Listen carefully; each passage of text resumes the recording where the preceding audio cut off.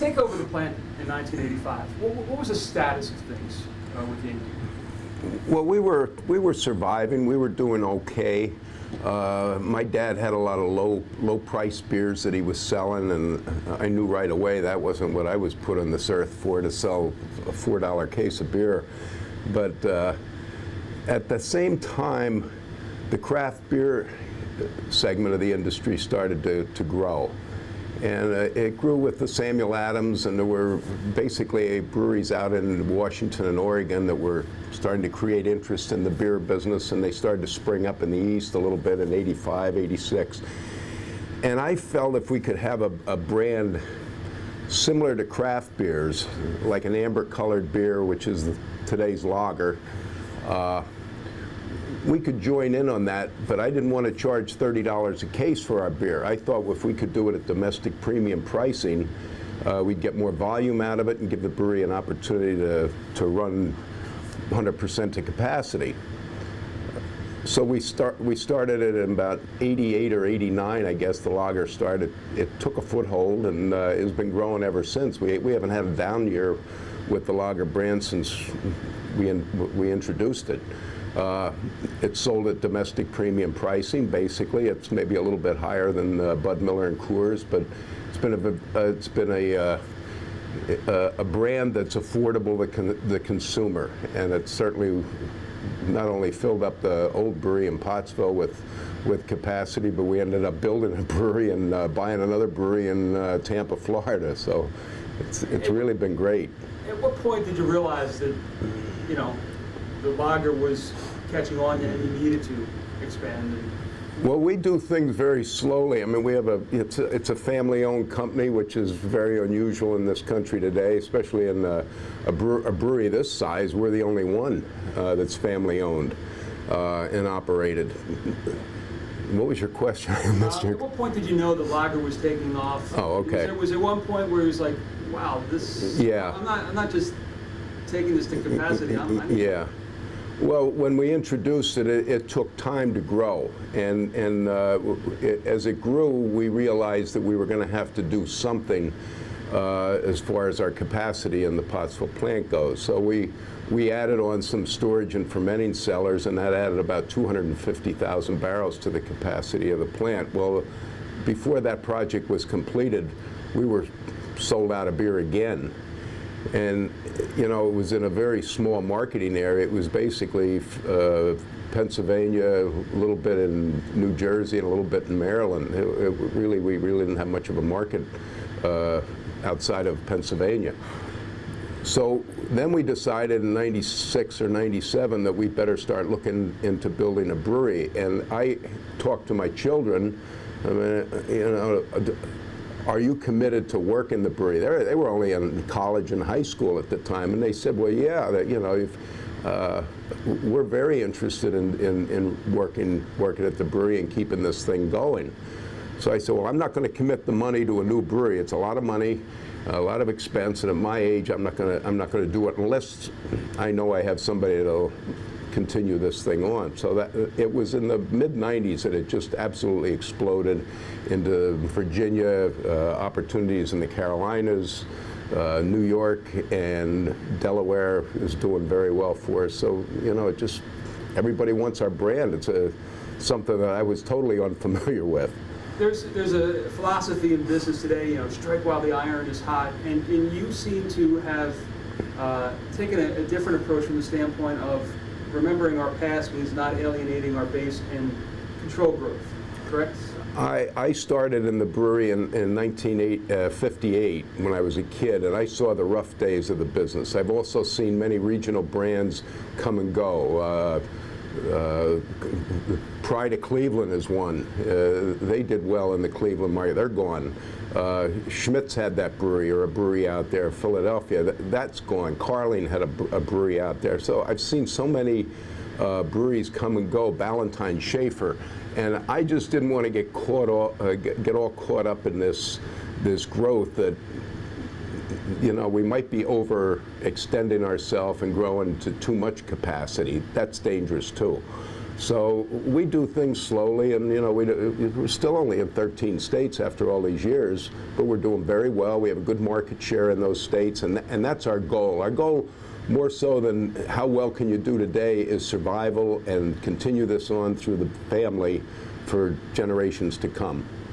That's the amazing part, that people would probably be surprised in learning about Yuengling, that it is a family-owned business, and that something like that can exist today.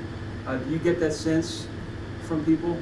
I think the consumer appreciates the fact that it's not a corporate America business. I don't think they look at corporate America very favorably, to be honest with you.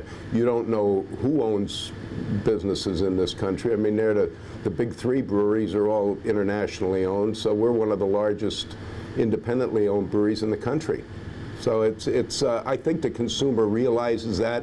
You combine that with a good selection of products that are maybe not for everybody. I mean, they have taste and character, and that's the way we've always made beer since I started the brewery. There was always a particular taste and character to our products that may not be for everybody, but the people that seem to be picking it up stick with it. It's almost like we have a little bit of a cult following, which is very gratifying. One of the things when I was telling folks in the newsroom about the Montago plant, the unique parts of it, the tunnel, the stream, what amazes most folks when they see that place? Well, they're used to driving by a big modern brewery or seeing a picture of a modern 7, 8, 10, 15 million barrel brewery. This is a little old coal region brewery that we've kept together very well. We've equipped it with up-to-date brewing equipment, packaging equipment, and that combined with the 150-year-old structure and the tunnels that we needed back in the early 1800s, because there was no electricity when this thing was built. So they had to dig underground tunnels into the mountain to keep the beer refrigerated. And that's what they're there for. So they get an opportunity to see that. That too is very rewarding, just to see people come in and like, wow, this is really something here. To see any kind of a plant built into the side of a mountain, some people would say it as a challenge, but it was a competitive advantage for Yuengling for years. Well, it was a competitive advantage, but it's a challenge to operate it in some respects. But I've been doing it for 50 years, and I've learned how to do it. Most people look at it and don't understand how we operate there, but we do very well there. It's a good little brewery. You survived the Civil War, World Wars I and II. How did you make it through Prohibition? Well, Prohibition, I guess, my grandfather made a comment, according to one of my uncles, that when they passed Prohibition, it was going to be 15 years, and it was 17 years. He switched over and started to make near beer. So he continued to run his plant. And if you take a manufacturing facility, such as a brewery, and close it down for 10 years or 15 years, you'll never get it going again. And we kept making near beer. You were allowed to make a certain amount of regular beer, but it was sold through pharmacies in those days, through the through the 20s and early 30s. It was sold through pharmacies, and you had to have a doctor's prescription to get a case of beer or porter, which was what they basically sold, was beer and porter in those days. So it was tough times, but he did survive. And near beer is beer that's less than 1/2 of 1% alcohol, to clear that up. You still see some out in the market today, like an O'Doul's or something like that. Is it true that the legend that you sent a truckload to President Roosevelt? We did. But I think a lot of breweries did at the time, but yes, we did that. We sent a truckload of beer to Roosevelt. But the biggest challenge was probably during the Second World War, when you couldn't get gasoline to deliver beer, you couldn't get ingredients. I mean, everything went to the war effort, and you had an allotment, and that was all you were allowed to make. And we survived that too. I mean, you couldn't get cans for sell canned beer. You survived almost entirely on returnable bottles, and if you didn't send them back, you didn't get any more beer. If you didn't send them back to us from the distributor, you didn't have any bottles to fill for that guy. So they all made sure you got your bottles back, or they didn't get any beer to sell. Now President Obama has said that this is his favorite beer. reaction when you heard that, and when he traded the beer case for the... Yeah, that was kind of neat. I didn't realize he really even knew who we were, you know, but as being the oldest brewery in America, we do very well in the Washington market, and I guess that's where he was introduced to it, but that was very complimentary. And again, I know, without getting into any specifics, just your feelings in general about eventually getting into Ohio. Well, we're going to go. We want to go into Ohio aggressively. I mean, we've learned a lot as we've expanded our markets. You know, as I indicated in the late '80s, we were only in 2 states, 3 states, something like that. And you know, we've learned some lessons as we've have expanded. And we want to go into Ohio aggressively. We want to get into as many accounts as possible. We're looking for a good effort for whichever wholesaler network we choose. We're interviewing people and who own these wholesalerships, and we hope we pick the best one, and we're counting on them to do a good job for us because we're basically partners. In a nutshell, that's pretty much what I wanted to cover. Anything else you want to add, or?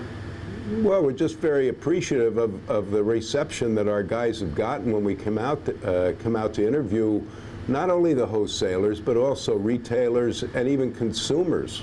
And retailers meaning guys that are 10 bar or people that own their own bars, and the reception to our brands was overwhelming. So we're very excited about the opportunity to come into Ohio. Could you have imagined all this in 1985? I told David Casanelli, and David was hired here in 1989 as our sales and marketing manager. And I told him, just get me to 200,000 barrels. Here we are, 2.156. You know, so I mean, no, I never imagined anything like this. But we've got to control it, make sure we don't get too excited. And read too much about ourselves and our success, and just keep it going, and we don't forget our goal is longevity. Excellent.